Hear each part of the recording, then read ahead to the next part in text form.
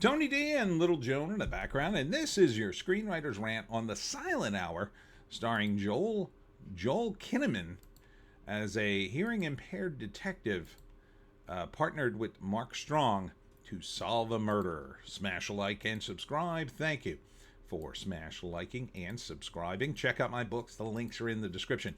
Comedy horror in South Jersey. It's the Pineys.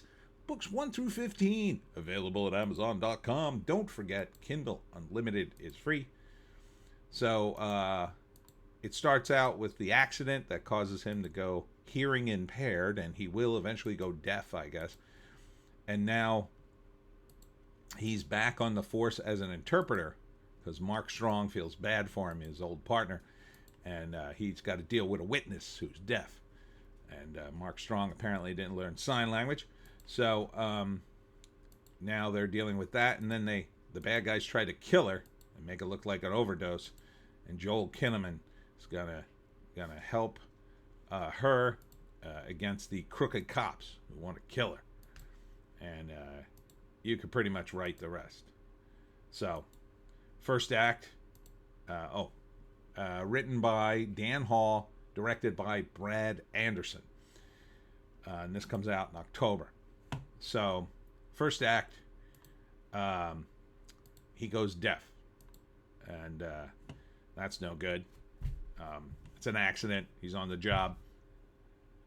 And then later, Mark Strong brings him in to interpret for a deaf witness. And that's the second act, because then they try to kill her, and then Joel Kinnaman is protecting her because their deafness somehow makes them strong. And then the third act, he wins. I mean, what do you think? He's going to die in the third act? That would be such a downer of a movie. Who would say it? But if you're thinking like, well, is this like a woke movie? Did they build this around the disability? Probably. I mean, this is if you've never watched my videos and heard how cynical I think Hollywood is. I mean, think of the most cynical thing and then times it by 10, and you might get close to what people in Hollywood think. Yeah, absolutely they would do this. And Joel Kinnaman, you might be going, why did I just see this guy in a movie? He was in another movie called Silent Night, where he plays a mute. So he's been typecast as the disability cop, I guess, the disability revenge guy. So he's a mute in that movie. He avenges his son. In this movie, he goes deaf and he avenges a witness, I guess you could say. Which I find very interesting, because what's the next movie going to be? You know, it was The Silent Night, and now The Silent Hour. Next one's going to be Silent Footsteps, and Joel Kinnaman plays a guy in a wheelchair who has to solve a murder and get revenge.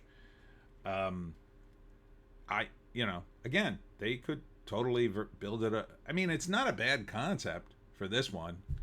And Silent Night wasn't a bad concept. Because the disability makes the protagonist, it puts him at a disadvantage, which is what you want in a screenplay. So there's nothing wrong with it. I just find it amusing that they're leaning into these, and they've used the same actor twice in a very similar sort of concept. So first act, the accident on the job that causes him to start losing his hearing. He's losing his hearing, and whatever the first act scene was when they arrested the dude, that starts to snowball into a bigger case. And Mark Strong, his partner, is on it. Second act, he's off the force, or he's on his way out for disability, but Mark Strong brings him back and says, well, you could be the interpreter for the deaf people, because we need that, because there's deaf people in the city. So he comes back, and he's the interpreter. He feels like, you just want me because I'm going deaf. And he's like, no, you're a good cop. You're a good cop. By the way, this movie is rated R for adult situations. And so second act, he's helping him solve the murder. And then the witness, the deaf witness, he goes over to her house. I don't know why. Or actually her apartment. And there's some crooked cops about to kill her and make it look like a suicide. So then he saves her, and then they're on the run, and then I think they're trapped in the apartment building for the rest of the movie while they're trying to escape, and the bad guys are trying to kill him, and then eventually he kills all the bad guys and they win. Would be my interpretation. But yeah, this looks good. I would watch this movie. It's not woke. It's probably a woke. It probably has woke origins. And then because, whoever pitched it, one of two ways. Either they purposely pitched it as a disabled main character in order to get it greenlit, or someone wrote the movie and then they picked it because it had a disabled main character. Would be my interpretation of why it got greenlit. And why did they pick Joel Kinnaman? Because he was already in Silent Night, another movie with a disabled lead. Yes, they think that way. Oh, he played a disabled lead before? Yeah, but the guy was mute. Yeah, let's get him. Being mute is completely different from being deaf. I don't care. He's disabled. He knows something. So, yeah, I would see this. It looks good. Mark Strong, always good actor. The only downside I could see is Mark Strong going to betray him in the movie? Because that would be stupid. Because if Mark Strong betrays him, he's the guy who brought him in. And I don't see that as a strong play from a creative standpoint. See, if Mark Strong, and that's typical in these corrupt cop movies, it's always the guy that was supposed to be the buddy who turns out to be on the take two. That's a big twist in the third act. That would be stupid because Mark Strong brings him in. Now, but Mark Strong kind of disappears from later in the trailer, so that's why I say that. He might get killed or injured. That might be why. And then he has to go it alone. Or it might just be he's trapped in the apartment building and Mark Strong is, it takes place over a few hours and Mark Strong's like asleep or something. And then shows up like at the tail end of the movie to go, oh, nice job. You killed all those dudes. Way to go. I knew you could.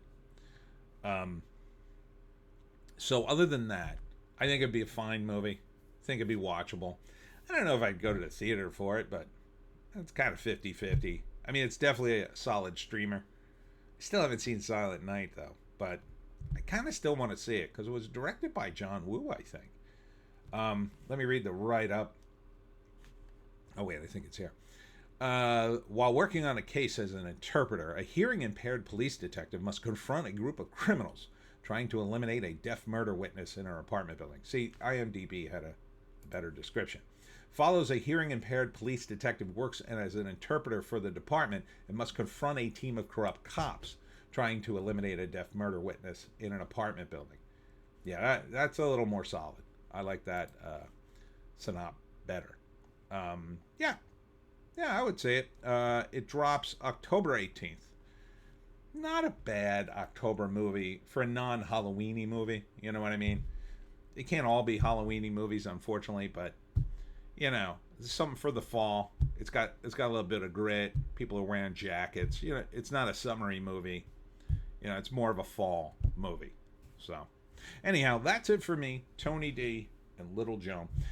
Check us out on the other channels on the green site, the orange site, and the black site, where they host other videos that I can't say on YouTube. Tomorrow, I will be in Strathmere, New Jersey, at the Shivo Library for my talk on how to hunt the Jersey Devil, and that will be at 6 p.m. And then on Friday, I'll be at the River Road Clam House in Lower Bank, New Jersey, from 10 to 6. So come on out, get some seafood, buy some Pineys. We'll see you in the next one.